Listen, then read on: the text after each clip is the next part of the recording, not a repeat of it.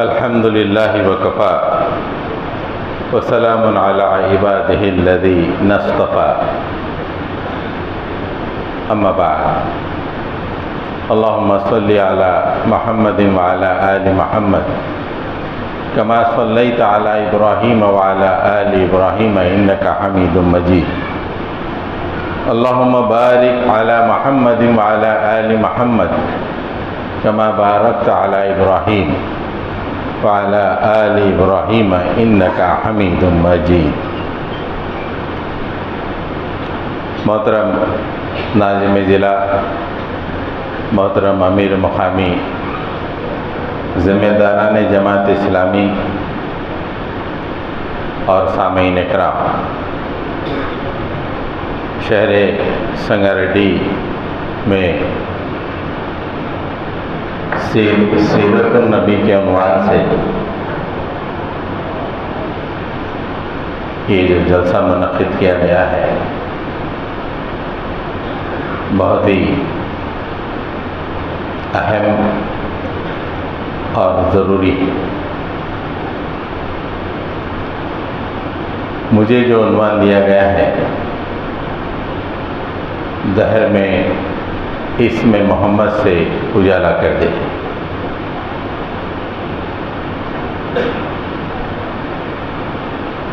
شاعر نے تو یہ شعر لکھا، لیکن وہ کیا اندھیرے ہیں جو اس وقت ساری دنیا میں چھا گئے ہیں، اس سے ہم پوری طرح واقف نہیں ہیں۔ جب اندھیرے کون سے ہیں تو پھر سامنے بات واضح ہو جاتی ہے کہ روشنی کس طرح پھیلائی جائے۔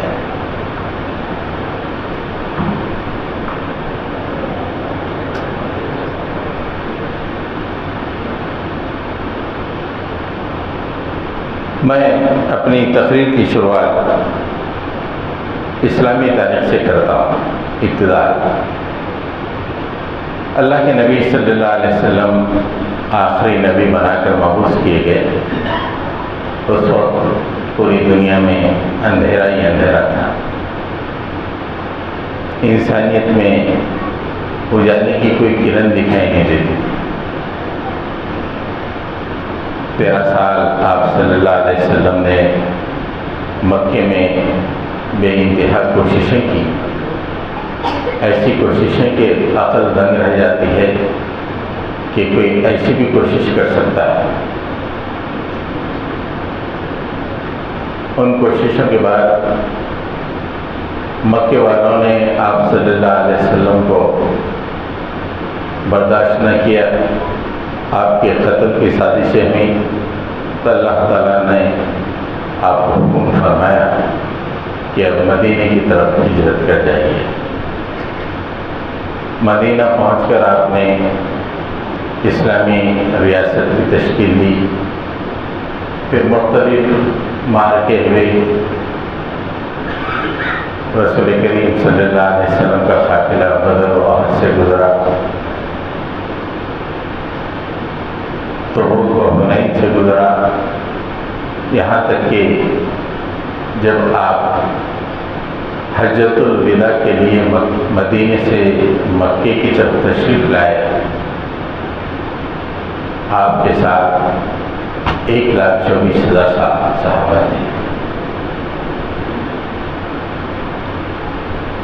آپ پورے جان نثار،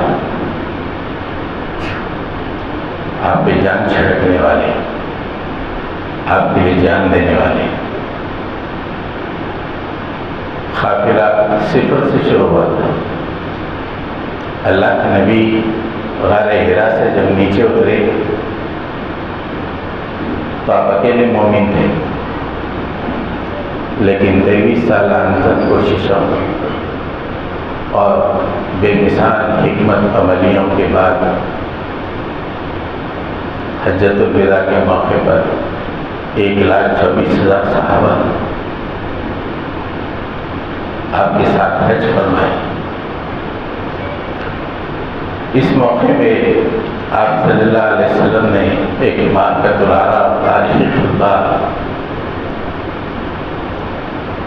ارشاد فرمایا۔ اس خطبے میں آپ نے تمام اپنی جان نثاروں سے کہا کہ لوگوں، کیا میں نے اپنی بات کو پہنچا دی؟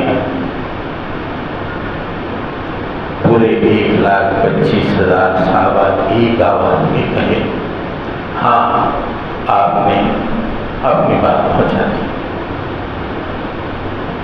پھر آپ نے پوچھا کہ میں نے بات پہنچا دی؟ ہاں آپ نے اپنی بات پہنچا دی۔ تو رسول کریم صلی اللہ علیہ وسلم نے آسمان کی طرف اپنی شہادت کی انگلی اٹھائی، اے اللہ گواہ رہنا، میں نے اپنی بات کو پہنچا دیا۔ یہ 1,24,000 گواہی دے رہے ہیں کہ میں نے اپنی بات کو پہنچا دیا۔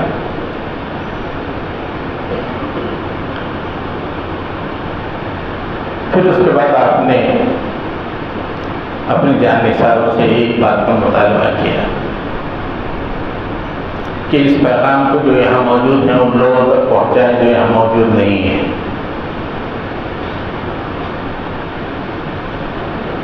اس نصیحت کے بعد ہم دیکھتے ہیں کہ دنیا کے کونے کونے میں اللہ کا نور پھیلنا شروع ہو گیا۔ صحابہ کرام جزیرۃ العرب سے نکلے،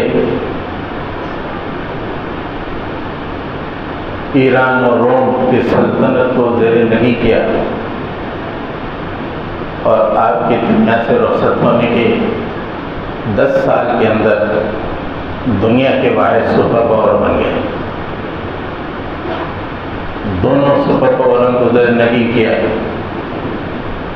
اور ساری دنیا میں سپر پاور بن گئے، اور ساری دنیا میں 800 سال تک اجالا روشنی رہی۔ ہر آدمی اسلام کی طرف دیکھتا اپنی ہدایت کے لیے، اپنی مسائل کی تکمیل کے لیے۔ 800 سال تک یہ سلسلہ رہا،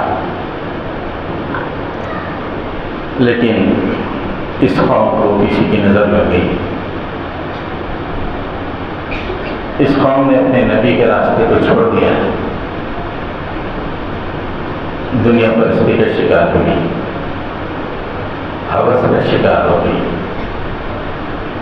اپنی ہی زندگی گزارنے میں مست ہو گئی۔ اللہ کے نبی نے جو کندھوں پر بھاری ذمہ داری دی تھی، اس ذمہ داری کو اس قوم نے بھلا دیا۔ یہ وہ دور تھا جب مغرب کے اندر علم کی ترقی ہو رہی تھی۔ آہستہ آہستہ مغرب نے علم میں ترقی کی، اور وہ علم اس مغرب نے مسلمانوں ہی سے سیکھا تھا۔ پھر آہستہ آہستہ 200 سال کے اندر ساری دنیا پہ چھا گئے، اور وہ مذہب جو اللہ کے نبی نے زمین پہ تکمیل کیا تھا، ساری انسانیت کے لیے ایک روشنی دی تھی، وہ محروم ہو گیا۔ اور آج جب ہم یہاں جمع ہوئے ہیں، اسلام اور مسلمان دنیا میں 200 کروڑ کے قریب ہیں۔ دنیا کی آبادی کا تقریباً 1/3 حصہ ہے۔ ان کے 56 ممالک ہیں، لیکن ہر طرف مغرب کے اندھیرے چھائے ہوئے ہیں۔ یہاں تک کہ رپورٹ آ رہی ہے کہ اللہ کے نبی صلی اللہ علیہ وسلم جس مقام پر پیدا ہوئے اور اپنے انتقال سے پہلے پورے جزیرۃ العرب سے شرک کو ختم کر دیا۔ وہاں میوزیکل کنسرٹ چل رہے ہیں، تھیٹرز بن رہے ہیں، اور دبئی ابوظہبی میں مناظر کی تعمیر ہو رہی ہے۔ شرک کھلا چل رہا ہے، جبکہ اللہ کے نبی نے امت کو وصیت کی تھی کہ جزیرۃ العرب میں میرے بعد شرک ختم نہ جمانے پائے. میرے امتیوں اس بات کا خیال رکھنا. لیکن دنیا کے اندھیرے ایسے چھا گئے کہ اس وقت 200 کروڑ مسلمان محکوم مغلوب غلام اپنی آقا کی فکر کو رکھنے کے باوجود آج مغرب کے غلام بنے ہوئے. اور ہم اس وقت ایسی زندگی گزار رہے ہیں دنیا کے ہر خطے میں جہاں پہ مسلمان 96% ہو یا مسلمان 20% ہو. تمام مسلمانوں کی ایک ہی طرح کی زندگی ہے. تمام مسلمانوں کے ایک ہی طرح کے مسائل ہیں. ہم اپنی شریعت پر چلنے کے روادار بھی نہیں ہیں. جو شریعت ہمیں دل سے زیادہ پسند ہے، ظالموں نے دنیا میں ایسا نظام بنا دیا، ایسے اندھیرے چھا گئے کہ ہماری وہ عظیم شریعت آج کچھوں میں پناہ لے رہی ہے. ہمارا دین اسلام آج مساجد میں پناہ لیا ہوا ہے، آج خانقاہوں میں پناہ لیا ہوا ہے. عدالتوں میں شیطان دندن آ رہا ہے، ایوانوں میں شیطان کے بچے حکمرانی کر رہے ہیں. دنیا میں صحابت شیطان کے ہاتھ میں پہنچ گئی، اور وہ مذہب جو ساری انسانیت کی فلاح و بہبود کا ضامن ہے، آج کچھ لوگ ایسے مساجد میں کچھ لوگوں کو جمع کر کے کچھ تفریح کرنے کی حد تک رہ گیا. نہ مسلمان کے اندر یہ شوق ہے، نہ یہ کیفیت ہے کہ اس دین کو پھر سے دنیا پہ غالب کر دے، اس روشنی کو پھر سے پھیلا دے. نہ یہ شوق ہے، نہ یہ لگن ہے، نہ یہ فکر ہے. حضرت گرامی، میں نے آپ سے عرض کیا تھا کہ 800 سال تک ساری دنیا پر اسلام کا نور تھا، اور گزشتہ 3-4 صدیوں سے تاریکی پھیل گئی. یہ کیسی تاریکیاں ہیں اسلام کے مغلوب ہونے سے؟ میں صرف 6 باتیں آپ کے سامنے رکھتا ہوں. حالانکہ بہت سی باتیں ہیں، لیکن تقریر کے لیے زیادہ وقت نہیں ہوتا. یہ پوری باتیں کسی کتاب میں لکھی جا سکتی ہیں، لیکن تقریر کے محدود وقت میں صرف 6 پوائنٹس پہ میں آپ کو بتاؤں گا کہ آج دنیا کتنی اندھیروں کا شکار ہو رہی ہے، اور مجرم ہم ہیں.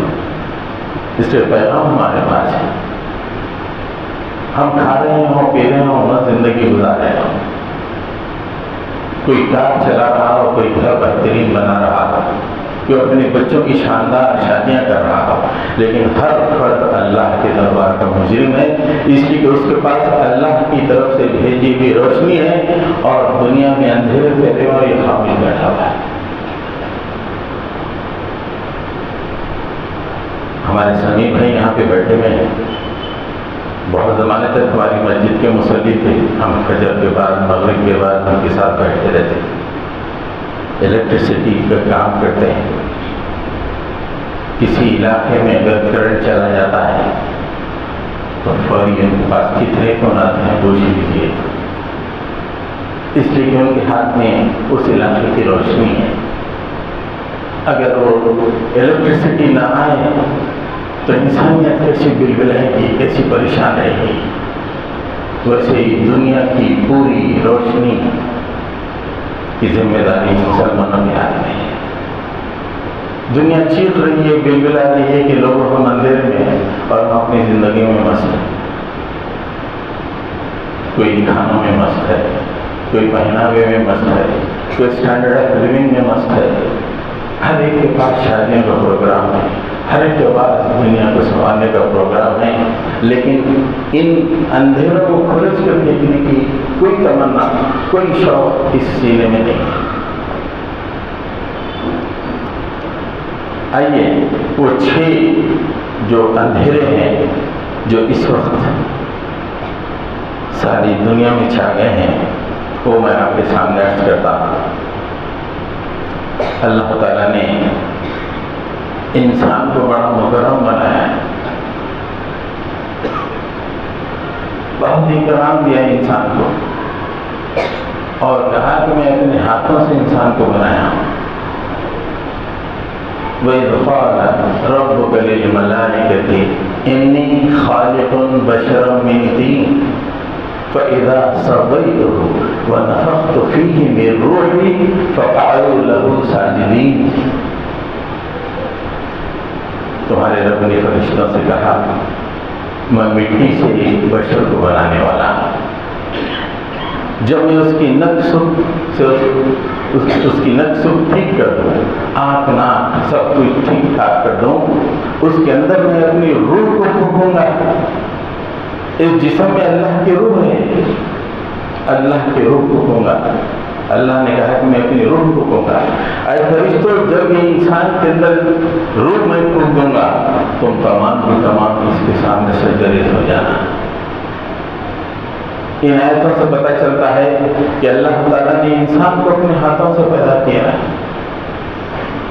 اس کے اندر اس نے اپنی روح کو کی۔ اللہ کی روح کتنی عظیم ہوتی ہے، اللہ کی روح، انسان کے اندر اللہ کی روح موجود ہے جو تمام جانداروں سے انسان کو ممیز کر دیتی ہے۔ تمام دوسرے جاندار ہیں وہ بھی چلتے پھرتے کھاتے پیتے ہیں، لیکن ان کے اندر روح نہیں ہوتی، ان کے اندر صرف بایولوجیکل جان ہوتی ہے، حیاتیاتی جان ہوتی ہے۔ لیکن صرف انسان ایک ایسا شخص ہے جس کے اندر اللہ تعالیٰ نے اپنی روح کو پھونک دیا ہے۔ روح کو پھونکنے کی وجہ سے اس کے اندر دو باتیں پیدا ہوئی، اس کو نطق حاصل ہو گیا، اپنے ماں کی ضمیر کو ادا کرنے کے طریقہ اس کو آ گیا، دوسرے اچھے اور برے کی تمیز اس کو معلوم ہو گئی۔ یہ اللہ کی روح کی وجہ سے۔ اور فرشتوں کا مسجود، اللہ کے فرشتے اتنے بلند، ساری دنیا میں اللہ تعالیٰ کے کہا ہوا کہ حکومت چلا رہے ہیں، اللہ کے حکم پر ہر طرف دوڑ رہے ہیں، وہ تمام فرشتوں نے سجدہ ریزیاں کی، سجدہ کیا اس انسان کے لیے۔ کتنا مکرم اللہ تعالیٰ نے انسان کو بنایا۔ آپ سوچیے،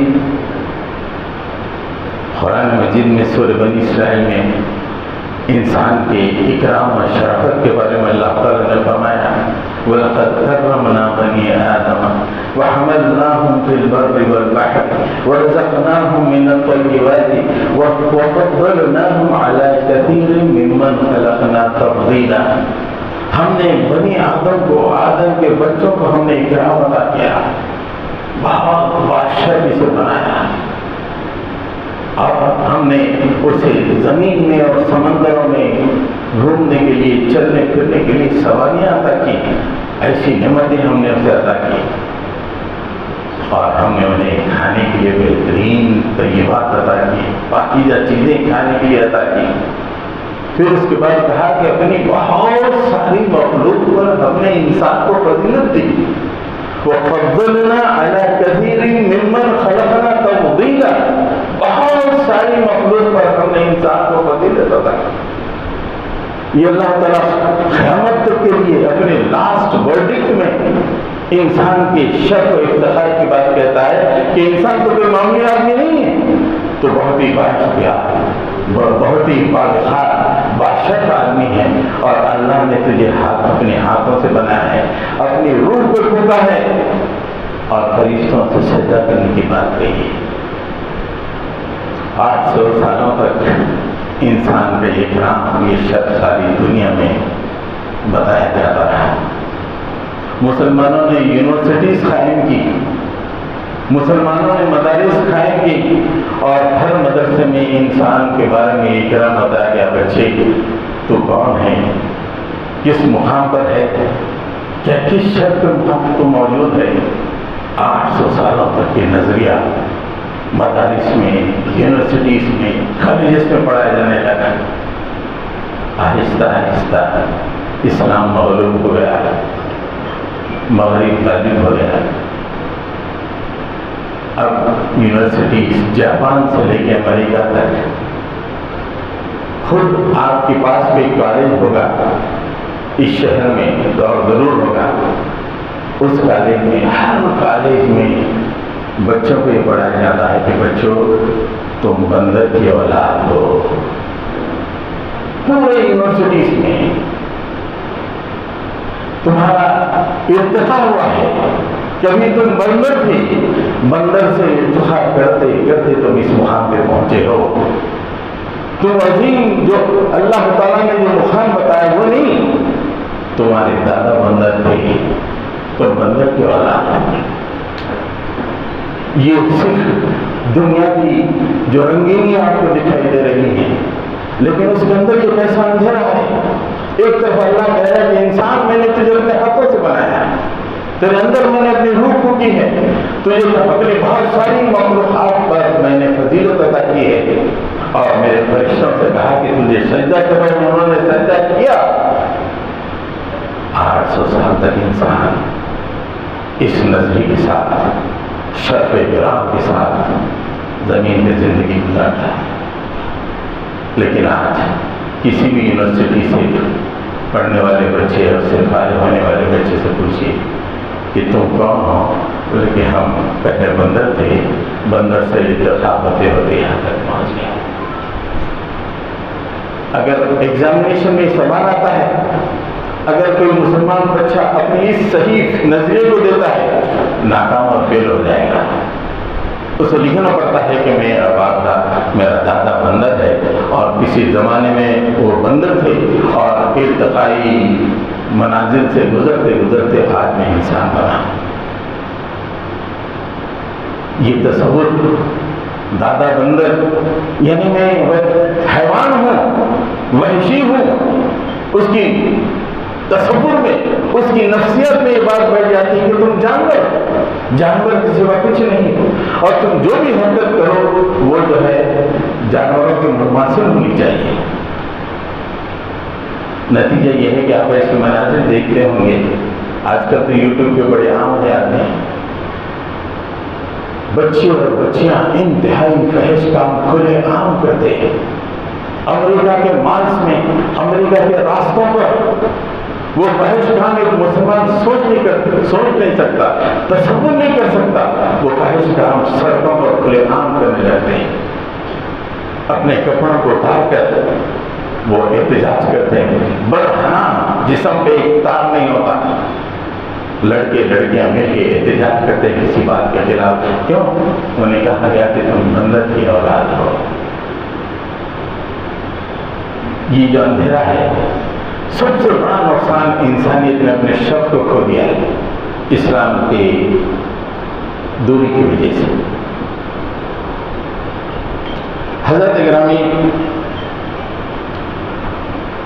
جب بچوں سے کہا جائے، چھوٹے بچوں سے، کہ تم کیا ہو، اس کے ذہن میں جب بھی بات بیٹھ جاتی ہے، وہ اپنے آپ کو اعلیٰ تر سمجھتا ہے، بہتر سمجھتا ہے، لیکن اس کے ذہن میں کوئی ایسی بیگانہ بات بٹھا دی جائے تو یہی سمجھ کے جو ہے اس کی وہ پروان چڑھتا ہے کہ وہ میں یہی ہوں، جانور ہوں۔ تو آج اسلام کے تنزل کی وجہ سے سب سے بڑا نقصان انسانیت کو ہوا ہے۔ اس نے اپنے اس مقام بلند کو کھو دیا ہے جس مقام بلند پہ اللہ تعالیٰ نے اسے رکھا تھا۔ حضرت گرامی، اب آپ ساری دنیا کے مختلف مقامات کی طرف نگاہ اٹھائیں تو آپ دیکھیں گے کہ ابھی بہت ریسنٹلی میں نے خبر پڑھی کہ ہر ملک میں رائٹ ونگ مضبوط ہو جا رہا ہے۔ رائٹ ونگ کا مطلب ریسسٹ، اپنے آپ کو اعلیٰ سمجھنے والے، دوسروں کو ادنا سمجھنے والے، انہیں رائٹ ونگ کہا جاتا ہے۔ ہندوستان میں بھی ایک رائٹ ونگ ہے جو اس وقت حکومت کر رہا ہے، اس کے ذہن میں بیٹھا ہوا ہے کہ تم اعلیٰ باقی کے تمام ادنا۔ اب امریکہ جیسے جو ساری دنیا سے کہتا ہے کہ وہ پینیلس آف ڈیموکریسی، اس کا سابقہ صدر، اس نے الیکشن جیتا اسی بنیاد پر، ریسزم کی بنیاد پر، اپنے آپ کو اعلیٰ نسل ظاہر کر کے، امریکہ کے اعلیٰ نسل کو ظاہر کر کے اس نے الیکشن جیتا اور ملک کے اندر دراڑیں پیدا کر دی، لوگوں کے اندر نفرتیں پیدا کر دی۔ آج یورپ ساری دنیا پہ اس کے اثرات ہیں۔ وہاں کے معاشرے میں دیکھیے کہ اتنا ریسزم ہے، اتنا ریسزم ہے کہ آپ سوچ نہیں سکتے۔ ہمارے ایک دوست ہیں، سیاہ فام ہیں، کالے رنگ کے ہیں۔ ہم لوگ عام طور پہ ہندوستان میں اتنے کالے نہیں ہوتے، گندمی ہوتے ہیں، لیکن تھوڑا ان کا رنگ ذرا سیاہ ہے۔ وہ ہم لندن پڑھنے کے لیے گئے، اور ظاہر بات ہے ایسے جو بچے پڑھنے کے لیے جاتے ہیں کچھ کما لینا بھی پڑتا ہے، فیس وغیرہ بھرنے کے لیے کچھ آڈ جابس کرنے پڑتے ہیں۔ تو صاحب جب آڈ جاب کے لیے ایک مال کے پاس گئے تو مال والوں نے کہا کہ ہم کو ایک چوکیدار کی ضرورت ہے، سیکورٹی گارڈ کی ضرورت ہے، آپ گیٹ پر ٹھہر جائیے۔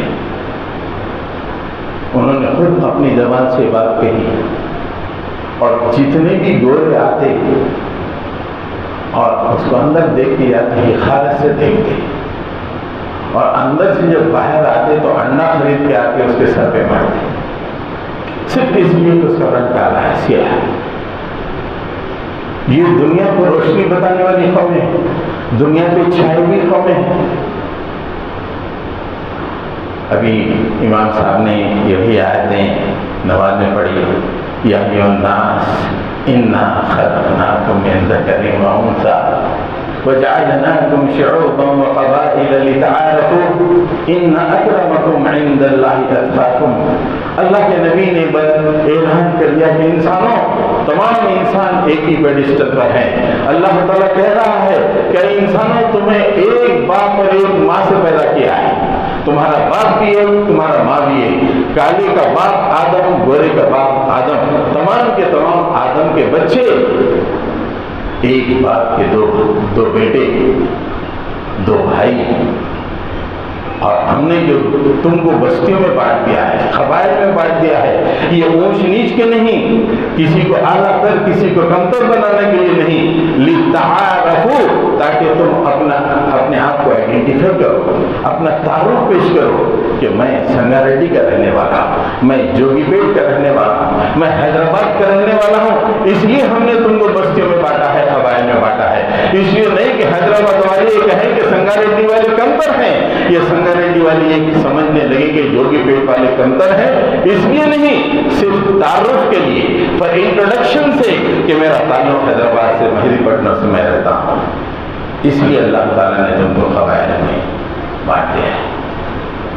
ساری دنیا پہ جو جنگ عظیم دوم تھوپی گئی، ریسزم کی وجہ سے تھوپی گئی۔ جرمنی میں ہٹلر اٹھا، اس نے اپنی قوم کے اندر یہ بات پیدا کر دی کہ ساری انسانیت میں تم سب سے اعلیٰ ہو اور تمہیں ہی حکومت کرنے کا اختیار ہے اور تم چھا جاؤ، دوسری قوموں کو زمین پہ زندہ رہنے کا حق نہیں ہے۔ آپ ہٹلر کی تاریخ پڑھیے، ساری دنیا پہ اس نے پوری ایک عظیم جنگ کو، جس میں 1 کروڑ آدمی ختم کیے گئے، ایسی جنگ کو اس نے چھوڑ دیا۔ اس کی بنیاد ریسزم ہے، جبکہ اللہ کہتا ہے کہ نہیں، ایک آدم کے بچے ہیں، کوئی اعلیٰ اور ادنا نہیں ہے۔ اور یہ تصور 800 سال تک ساری دنیا میں چلتا تھا، مدارس سے، مساجد کے ممبروں سے کہا جاتا تھا، کوئی کسی کو اعلیٰ اور کسی کو کمتر نہیں سمجھتا تھا۔ اللہ کے نبی صلی اللہ علیہ وسلم نے اپنے آخری خطبے میں، حجۃ الوداع کے خطبے میں آپ نے فرمایا،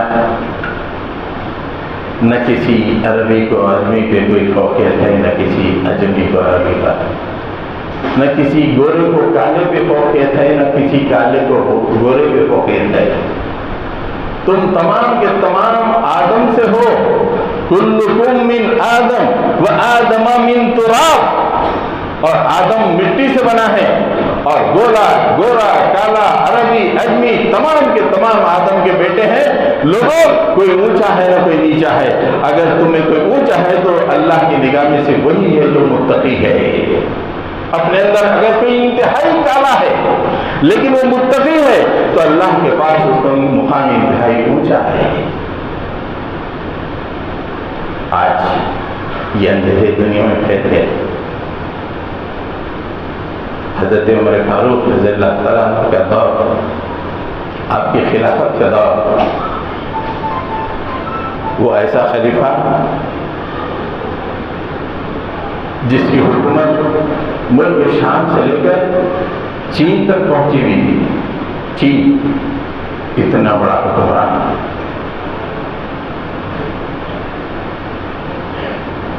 ایک دن حضرت عمر فاروق سے ملاقات کرنے کے لیے ابو سفیان آئے. ابو سفیان اسلام قبول کر چکے تھے. فتح مکہ کے موقع پر کہلا بھیجا کہ ابو سفیان آپ کے پاس آنا چاہتے ہیں، گفتگو کرنا چاہتے ہیں. اندر سے کوئی جواب نہیں آیا، انتظار میں بیٹھے ہوئے. ابو سفیان مکے کا بہت بڑا سردار، جب ایام جاہلیت میں وہ کچھ کہتا تو پورا مکہ اس پہ عمل کرتا. کتنی ہی جنگوں کی اس نے قیادت کی. ایسا لیڈر باہر آ کے بیٹھا ہے. حضرت عمر فاروق کے پاس سے کوئی جواب میں یہاں بیٹھا ہوا ہے. عمر بن عاص کے بارے میں کہا جاتا ہے کہ عرب کا سب سے سیاس ترین آدمی، بہت ہی سمجھدار، بہت ہی سمجھ بوجھ رکھنے والا عمر بن عاص ہے. انہوں نے کہا کہ ہم آپ سے ملاقات کرنا چاہتے ہیں. لیکن اندر سے جواب آیا کہ مصروف ہے، بیٹھے رہیے. تھوڑی دیر کے بعد حضرت بلال، سیاہ فام حضرت بلال تشریف لائے. جو ہی حضرت بلال تشریف لائے، لوگوں نے جا کے حضرت امیر المومنین سے کہا کہ بلال تشریف لائے ہیں. حضرت امیر المومنین حضرت عمر فاروق فوری اٹھے، اپنے کام کو چھوڑا، باہر آئے اور کہا سیدی سیدی سیدی. اپنے ہاتھوں سے ہم کو اٹھایا اور اندر سے ہاتھ لے کے چلے گئے. دو بڑے سردار جو اپنا انتہائی اونچا مقام اپنا سمجھتے تھے، منہ دیکھتے رہ گئے. ایک سیاہ فام کو اسلام نے یہ عزت دے دی کہ امیر المومنین خود باہر نکل کے آئے اور کہے کہ سیدی میرا استاد آپ میرے ساتھ چلیے، اندر چلیے. ابو سفیان بڑا غصے میں آ گیا. بولے یہ ہماری توہین، ہم برداشت نہیں کریں گے. عمر بن عاص نے کہا کہ نہیں، یہ توہین نہیں ہے.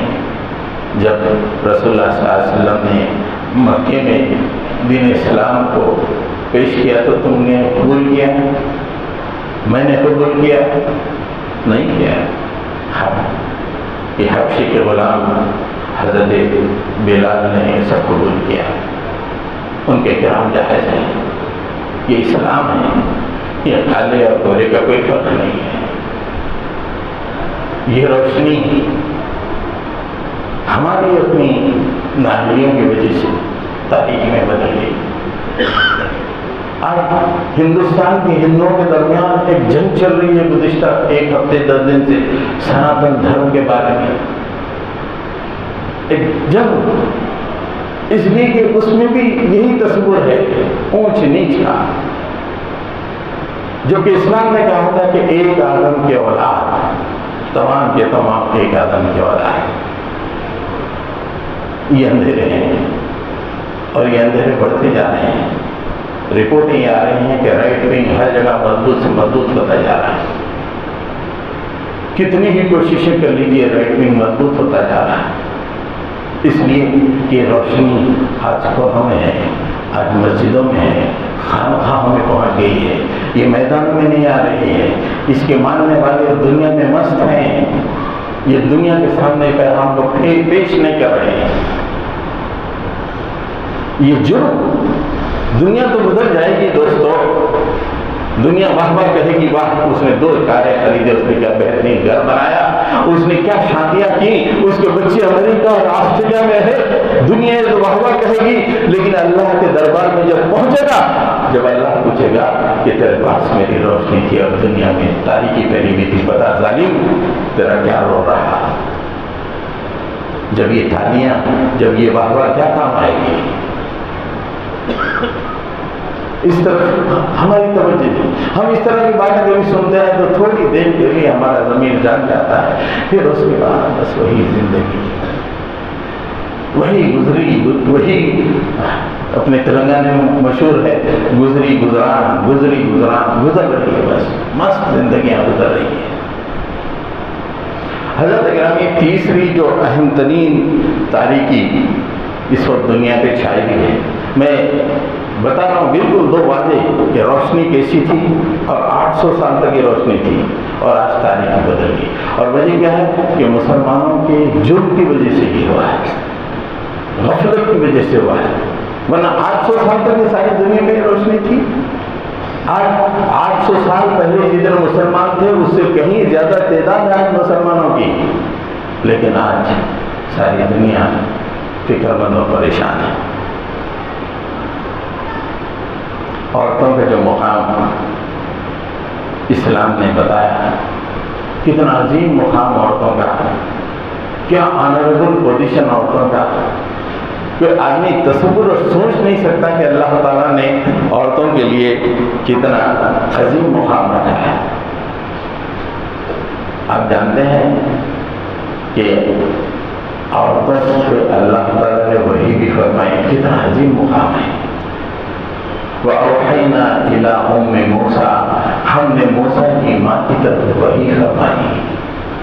اللہ نے کسی پہ وحی کی، کتنا بلند ترین مقام ہوگا وہ، کتنا اکرام کا مقام عورت کا، کہ یہ وہ عورت ہے جس پہ اللہ تعالیٰ نے وحی بھیجی۔ قرآن کریم کہتا ہے کہ اللہ تعالیٰ نے حضرت موسیٰ کی ماں کی طرف وحی کی۔ یہ ایسی عورتیں ہیں جن کے سامنے سر جھک جاتا ہے، پوری انسانیت کا سر جھک جاتا ہے۔ کیا مقام دیا ہے عورتوں کو اللہ نے، اللہ کے رسول نے، اللہ کے کلام نے۔ حضرت جبرائیل رسول اللہ صلی اللہ علیہ وسلم سے ملاقات کے لیے آتے ہیں، آتے کہتے ہیں کہ رسول اللہ ابھی کچھ دیر میں خدیجہ آ رہی ہیں، جب وہ آپ کے پاس آ جائیں تو ان سے کہیے کہ اللہ تعالیٰ میں سلام کہہ رہا ہے۔ Can you imagine the position of a women, ایک عورت کا مقام، عرش والا خود کہہ رہا ہے کہ سلام سلام۔ اے نبی، جب خدیجہ قریب آئیں تو کہیے کہ اللہ تعالیٰ میں سلام کہہ رہا ہے۔ جب یہ بات حضرت خدیجہ سے کہی گئی، اللہ کے نبی صلی اللہ علیہ وسلم نے کہا کہ اللہ تعالیٰ نے آپ کو سلام کہا ہے۔ کیا کیفیت ہوگی اس وقت حضرت خدیجہ، کیا مقام بلند؟ کوئی سوچ سکتا ہے کہ حضرت خدیجہ کا تصور کر کے کہ کیسی خاتون ہوں گی؟ ہر آدمی کا سر جھک جاتا ہے۔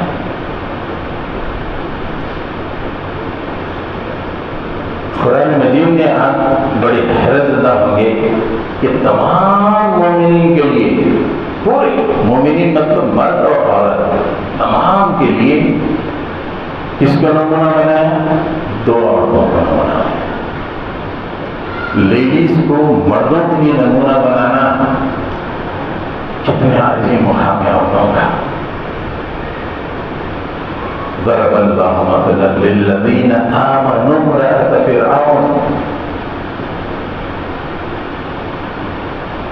ضرب اللہ مثلا للذین آمنوا امرأة فرعون اذ قالت رب ابن لی عندک بیتا فی الجنة ونجنی من فرعون ونجنی من القوم الظالمین۔ اے محمد صلی اللہ علیہ وسلم، پورے مومنین کے لیے اس خاتون کو مثال بنا دیجیے. ضرب اللہ مثلا مثال کس کے لیے؟ للذین آمنوا، تمام اہل ایمان کے لیے اس خاتون کو مثال بنا دیجیے. کیا مقام ہے کہ عورت کا اتنی بلندی پر قیامت تک کے لیے جو گھر میں لا الہ الا اللہ پڑھیں گے ان کے لیے وہ خاتون مثال ہے. ان کے بارے میں آتا ہے کہ حضرت آسیہ حضرت موسیٰ علیہ السلام پر ایمان لائے. فرعون تلملا گیا، فرعون کی بیوی تھی، تلملا گیا میں جس کو مخالف ہوں اور جس نے میری خدائی کو تسلیم نہیں کیا، میرے مقابلے میں اللہ کی خدائی کو پیش کیا، ایسے شخص سے میری بیوی ایمان لا رہی ہے. چھوڑو ایمان کو، چھوڑو مطالبہ کیا کہ ایمان چھوڑو. حضرت آسیہ نے کہا کہ نہیں چھوڑ گئی. اور اتنا ظالم تھا. فرعون کے بارے میں آتا ہے وَفِرْعَوْنَ ذِي الْأَوْتَادِ، میخوں والا فرعون. میخوں والے فرعون کی دو تفسیریں مفسرین بیان فرماتے ہیں. ایک تو اس کی فوج اتنی بڑی تھی، اتنی زیادہ تھی کہ اس کے ٹینٹ ڈالنے کے لیے زمین میں میخیں مارنے پڑتی تھی. دوسرا میخوں والا فرعون یہ ہے کہ جب وہ کسی کو سزا دیتا تو کسی لکڑی کے سامنے کھڑا کر کے اس کے ہر جوائنٹ میں کیلا مارتا. اور ویسے ہی حضرت آسیہ اس کی بیوی کو کھڑا کر دیا ایک لکڑی کے سامنے اور ہر جوائنٹ میں کیلا مارا کہ اسلام کو چھوڑو، اسلام کو چھوڑو، اسلام کو چھوڑو. امیجن ایک چھوٹی سی ضرب لگ جائے بلیڈ سے تو 2 دن تک اس کی سوزش ہوتی ہے. وہ کیسی ماں ہوگی کہ ہر جوائنٹ میں کیلا مارا جا رہا مطالبہ ہو رہا ہے کہ اسلام کو چھوڑ دو. اس موقع پہ جو دعا اس معنی کی ہماری اللہ نے قیامت تک کے لیے قرآن میں اس نے لکھ دیا اور کہا کہ یہ میری بندی ہے جو قیامت تک کے لیے تمام انسان، تمام مومنین کے لیے مثال رہے گی. اذ قالت رب ابن لك بیتا فی الجنہ، اے میرے مالک اپنے عرش کے قریب جنت میں میرے لیے گھر بنا دیجیے. ونجنی من فرعون، مالک اس فرعون سے نجات دلا دیجیے. کیسی تکلیف دے رہا ہے، ہر جانب میں کیلا مار رہا ہے. میرے مولا اس فرعون سے مجھے نجات دلا دیجیے. وَنَجِّنِي مِنَ الْقَوْمِ الظَّالِمِينَ، اس کی قوم میں ظالم ہے. اس ظلم کو دیکھ کے ہنس رہی ہے، خوش ہو رہی ہے. میرے مولا اس ظالم سے بھی مجھے نجات دلا دیجیے. یہ عظیم خاتون ہے اے نبی، تمام مومنین کے لیے ان کو مثال بناؤ.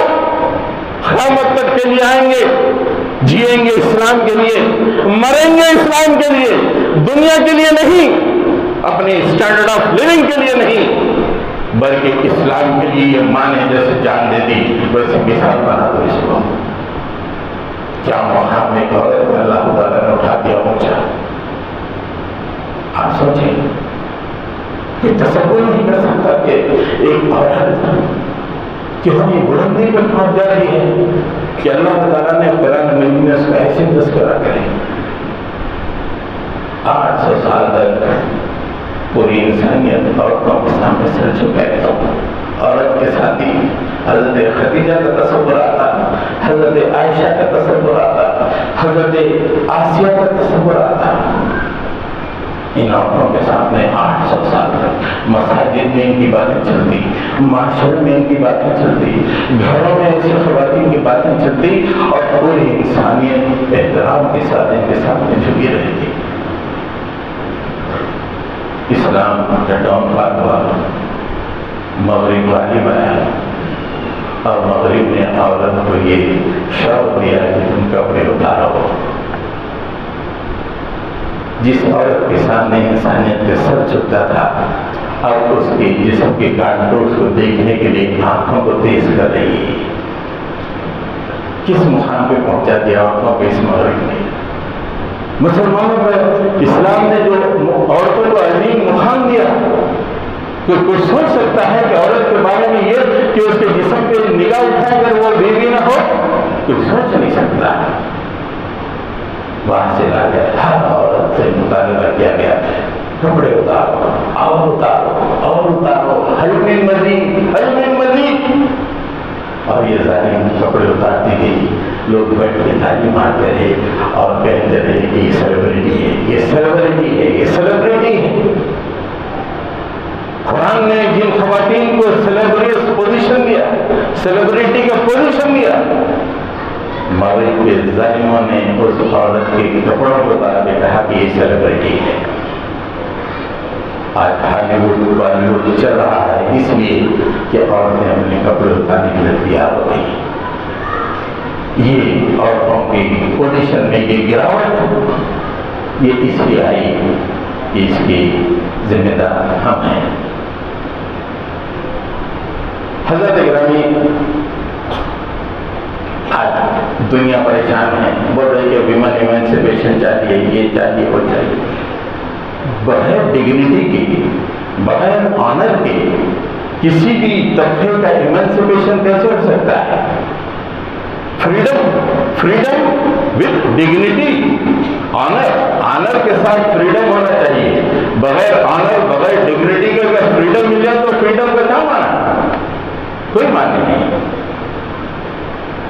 تو حضرت گرامی، یہ تیسرا اندھیرا ہے جو آدھی انسانیت آج اس مقابلے میں ہوگی. عورتیں پوری آبادی کا آدھا حصہ ہوتی ہے. آج تصور یہ ہو گیا ہے، کچھ نہ کچھ عریانیت کا تصور عام ہو گیا ہے. مسلمانوں میں بھی کچھ نہ کچھ عریانیت کا تصور آپ کو مل جائے گا. یہ عریانیت کا یہ اثر ہے جو مولوی کی طرف سے آتا ہے. حضرت گرامی، چوتھی جو بات ہے وہ اہم ترین بات یہ ہے کہ اس وقت ساری دنیا کا جو معاشی نظام ہے وہ سود پہ چل رہا ہے، جس سے امیر بنتا جا رہا ہے، غریب بنتا جا رہا ہے.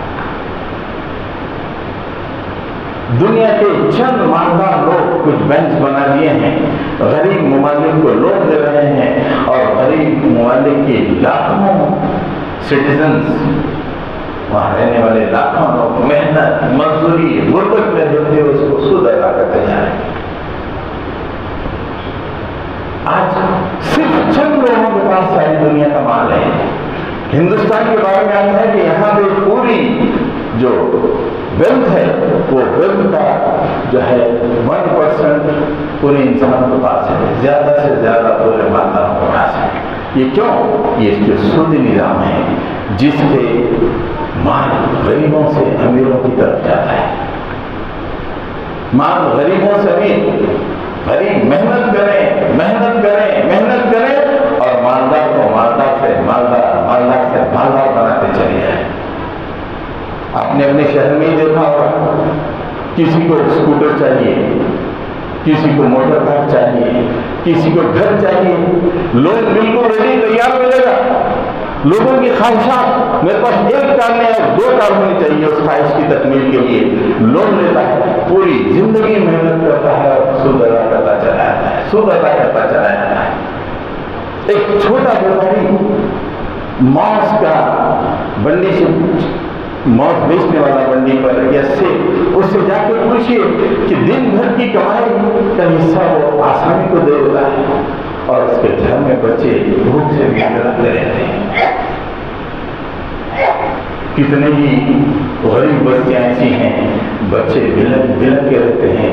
لوگ دن بھر محنت کر کے آسانی کے حوالے پیسے کرتے تھے. اگر کسی وجہ سے وہ دے نہ سکا تو بنڈی کو اٹھانے کے چلے آتے ہیں. وہ آٹو رکشے پہ لے کے چلے آتے ہیں. جو بھی غربت کا سامان ہے جس سے پیٹ چل سکتا ہے اٹھا کے لے کے چلے آتے ہیں. یہ کیا اندھیرا ہے؟ یہ اندھیرے ہم صرف اذانیں دے کے نماز پڑھنے کی حد تک اپنے آپ کو کر لیے ہیں. یہ معاشرے میں جو اندھیرا ہے، سود کا اندھیرا جو غریبوں کے خون کو چوس رہا ہے، غریبوں کے بچے بلک کر رو رہے ہیں، اس طرف توجہ نہیں جاتی.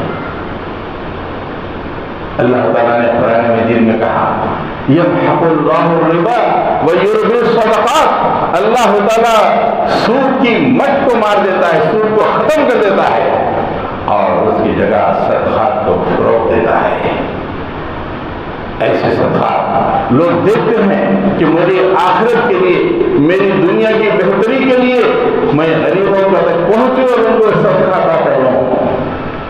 یہ تصور دیکھیے، اور اللہ تعالیٰ نے نبی کریم صلی اللہ علیہ وسلم کو جو حکم دیا، کئی لا یکون دولتم بین الاغنیاء منکم، تمہارے معاشرے کی دولت امیروں کے درمیان گردش نہ کرنے پائے، یہ امیروں سے غریبوں کی طرف جانی چاہیے دولت۔ اسلام وہ نظام دیتا ہے، دولت امیروں سے غریبوں کی طرف جاتی ہے، اور موجودہ جو سوری نظام ہے یہ الٹا سیفن غریبوں سے امیروں کی طرف دولت چلی جا رہی ہے۔ ساری دنیا کے نظام کو اس نے بگاڑ دیا ہے۔ اللہ کے نبی صلی اللہ علیہ وسلم نے اپنے آخری خطبے میں کہا کہ لوگوں، آج سے میں سود کو حرام کرتا ہوں، اپنے پیروں تلے اسے رونتا ہوں، اور میرے خاندان کا سود، عباس کا سود، میں اسے گلدم قرار دیتا ہوں۔ میرا قریب ترین میرا چچا جو سود کا کاروبار کرتے تھے، جن کو سود دینا تھا تم لوگ، آج سے میں اس کے سود کو گلدم قرار دیتا ہوں۔ اور اس کے بعد ساری دنیا میں 800 سال تک ایسا نظام رہا کہ بستیوں میں غربت دیکھنے کو نہ ملتی تھی۔ میں نے ایک کتاب میں پڑھا کہ ایسا دور آیا مسلمانوں کا کہ لوگ زکوٰۃ دینے کے لیے اپنے سر پر ٹوکروں میں مال لے کے گھومتے تھے کہ کوئی غریب ملے، کوئی غریب ہے، اعلان کرتے تھے بھائی کوئی غریب ہو تو آؤ زکوٰۃ لو، غریب ہو تو آؤ زکوٰۃ لو۔ پوری بستی گھومتے لیکن ایک غریب ہونے نہیں ملتا۔ اس لیے کئی لا یکون دولتم بین الاغنیاء منکم، تمہارا مال تمہارے امیروں کے درمیان گردش نہ کرے۔ میرے دل میں چھید پڑ گیا، میں نے اس وقت 1998 میں بڑا میرا تصور تھا، ابھی تو بہت ہی غلط قسم کے حکمراں سعودی عرب میں آ گئے ہیں، اس زمانے میں تو ذرا اچھے قسم کے تھے، بڑا زبردست تصور تھا کہ اسلامی ہے، لوگ ہمارے دوست احباب جا کے کہتے تھے بڑا اسلامی ہے، نماز کی پابندی ہے، فلاں ہے، عورت نہیں دکھتی فلاں۔ لیکن جب میں پہلی دفعہ مکے میں گیا، وہاں دیکھا میرے دل میں چھید ہو گیا کہ خانہ کعبہ کے سامنے ایک یورپین بینک کھلا ہوا ہے،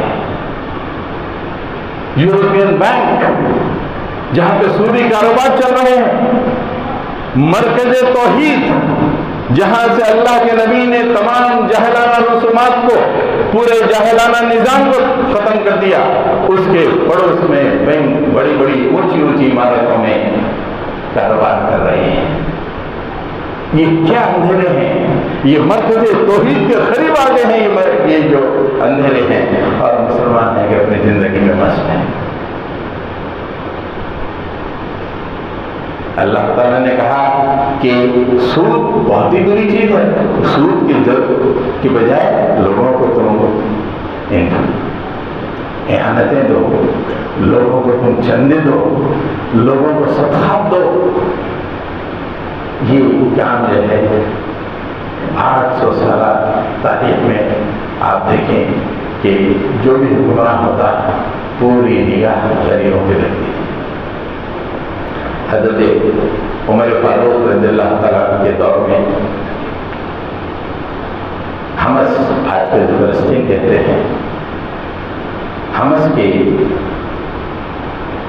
گورنر سعید بن عامر رضی اللہ تعالیٰ تھے۔ حمص سے حج کے زمانے میں وفد آیا، لوگ حج کے لیے آتے ہیں، ویسے ہی عمر بن عاص کے پاس سے یعنی فلسطین سے حمص سے کچھ لوگوں کا وفد آیا، اور وہ امیر المومنین حضرت عمر فاروق رضی اللہ تعالیٰ عنہ سے ملاقات کیا۔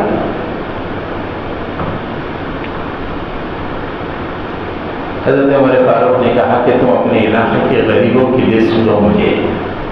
لیکن نظام کیسا ہے، تم اپنے علاقے کی ایک علاقے سے حج کے لیے آ گئے، حج کر کے جاؤ، ٹھیک ہے، ایسا نہیں، تم اپنے علاقے کے غریبوں کی لسٹ دو، میں ان کو کچھ رقومات دینا چاہتا ہوں۔ لوگوں نے کہا ٹھیک ہے کل ہم آپ کو لسٹ دے دیں گے. دوسرے دن وہ وقت نے جب حضرت امیر المومنین سے ملاقات کی اور پھر لسٹ پیش کی تو آپ نے پڑھا سعید بن عامر. کون سعید بن عامر؟ کون سعید بن عامر؟ امیر المومنین یہ ہمارے والی ہیں، ہمارے گورنر ہیں. تمہارا گورنر تمہارے علاقے کا سب سے غریب ترین آدمی. ہاں میرے مومنین کئی دن تک ان کے گھر میں چولہا نہیں جلتا ہے، کئی دن تک ان کے گھر میں چولہا نہیں جلتا ہے. دس از دا گورنر آف اسلامک اسٹیٹ. آج ہمارے گھر میں صبح دوپہر شام 10-12 دن میں گیس ختم ہو رہی ہے. ہمیشہ گھر والوں کی طرف سے یہ مطالبہ ہے گیس ختم، گیس ختم. یہاں گورنر آف دی اسٹیٹ کئی دن تک ان کے گھر میں چولہا نہیں چلتا. زاروں رونے لگے. یہ میرا گورنر ہے. میں سعید بن عامر کے بارے میں اچھا خیال کرتا تھا لیکن اتنا اچھا ہے میں نے تصور نہیں کیا. جب وہ وقت حج کر کے جانے لگا تو ایک اشرفیوں کی تھیلی 1000 اشرف کی تھیلی اس وقت دی گئی اور کہا گیا کہ تم اپنے امیر کو، اپنے گورنر کو یہ دینا کہ خاص طور سے امیر المومنین نے اس کو آپ کے حوالے کیا ہے، آپ کو دیا ہے کہ آپ اپنے استعمال کے لیے 1000 دینار. وقت پہنچا اور سعید بن عامر سے ملاقات کی اور کہا کہ امیر المومنین نے یہ آپ کو بھیجا ہے. جو ہی انہوں نے وہ تھیلی کھولی اور انہوں نے اشرفیوں کو دیکھا، بہت زور سے کہا انا للہ و انا الیہ راجعون، انا للہ و انا الیہ راجعون. اندر سے بیوی اچھل گئی، کیا بات ہے، کس کا انتخاب ہو گیا؟ کیا امیر المومنین انتخاب کر گئے کہ اتنا زور سے آپ انا للہ و انا الیہ راجعون پڑھ رہے ہو؟ نہیں، اس سے زیادہ ہو گیا ہے. کیا بات ہوا کہ دنیا میرے تحریر میں آ گئی ہے، 1000 دینار میرے پاس آ گئے. بیوی سے کہا کہ لا چھوٹے چھوٹے تھیلیاں بناؤ اور 1-1 2-2 3-3 دینار اس میں رکھ دیے گئے اور شام ہونے سے پہلے پورے دینار کو غریبوں میں تقسیم کر دیا گیا. بیوی نے کہا کچھ تو اپنے لیے کھانے کے لیے رکھ دو. بولے اللہ کا نام اللہ کے پاس سرخرو ہو جائے، یہ ہمارے لیے کافی ہے. یہ اسلامی نظام خود بھوکا رہ کر لوگوں کو کھلانے کی بات کرتا ہے. آج یہ اسلام مسجدوں کے کونوں میں محسوس ہو گیا ہے اور مسلمان اپنی زندگیوں میں مگر زندگی گزار رہے ہیں. نتیجہ یہ ہے کہ لوگوں غریبوں کی آہ بکا اور ظالم خون چوستے چلے جا رہے ہیں، خون چوستے چلے جا رہے ہیں. حضرت گرامی میں اپنی بات کو ختم کروں. 2 اور باتیں تھیں، انشاءاللہ پھر کبھی موقع تو آپ کے سامنے بہت زیادہ ہو گیا ہے. آپ دیکھیں میں نے تو پھر 4 باتیں کی ہیں کہ ہر بات میں آپ دیکھیں کہ دنیا میں اندھیرا پھیلا ہوا ہے، اس لیے کہ ہمارا اسلام صرف قرآن اور حدیث میں بند ہے. کبھی کبھی کچھ تقریروں میں آ جاتا ہے اور ہم اپنی زندگی کو یہ سمجھتے ہیں کہ بس نمازیں ہم نے پڑھنی بڑے اطمینان سے.